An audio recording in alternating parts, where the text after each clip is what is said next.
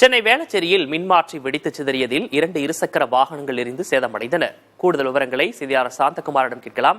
சாந்தகுமார், இந்த சம்பவம் எப்போது நடந்தது? இதுல யாருக்கேனும் பாதிப்பு ஏற்பட்டிருக்கா? முழு விவரம். விக்னேஷ், சென்னை வேளச்சேரி காந்தி சாலை தண்டபாணி தெருவில் மின்மாற்றி இருக்கிறது. இந்த மின்மாற்றி நேற்று இரவு சுமார் 10 மணி அளவில் தீப்பொறி ஏற்பட்டு கடுமையான வெடிச்சத்தத்துடன் கிட்டத்தட்ட 30 நிமிடங்கள் இடைவிடாமல் வெடித்து சிதறி எரிந்தது. இதன் காரணமாக இந்த மின்மாற்றியின் கீழே நிறுத்தி வைத்திருந்த 2 இருசக்கர வாகனங்கள் சேதமடைந்தது. இந்த வெடிச்சத்தம் கேட்டு அக்கம் பக்கத்தில் குடியிருப்பில் இருப்பவர்கள் வெளியே வந்து தீயணைப்புத் துறையினருக்கு தகவல் தெரிவித்தனர். தகவலின் அடிப்படையில் வேளச்சேரி தீயணைப்பு நிகழ்விடத்தில் வருவதற்கு முன்பாக இந்த மின்மாற்றியில் எரிந்த தீயானது முற்றிலுமாக அணைந்தது. இருப்பினும் மின்வாரிய அதிகாரிகளால் மின் இணைப்பு துண்டிக்கப்பட்டது.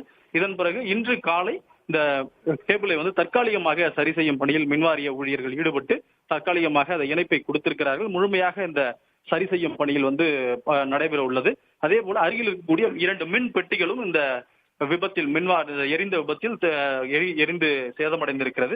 அதனையும் சரி செய்யும் பணியில் மின்வாரிய அதிகாரிகள் ஈடுபட்டிருக்கிறார்கள். இந்த வெடித்து சிதறும் பொழுது கீழே இருக்கக்கூடிய வாகனங்களை எடுப்பதற்காக அங்க இருக்கக்கூடிய குடியிருப்பு வாசிகள் வரும்போது அவர்கள் அதிகமான வெடித்து சிதறிய காரணத்தில் அங்கிருந்து அலறி ஓடக்கூடிய அந்த காட்சிகளும் இந்த சிசிடிவியில் அருகில் இருக்கக்கூடிய சிசிடிவி பதிவாகி இருக்கிறது.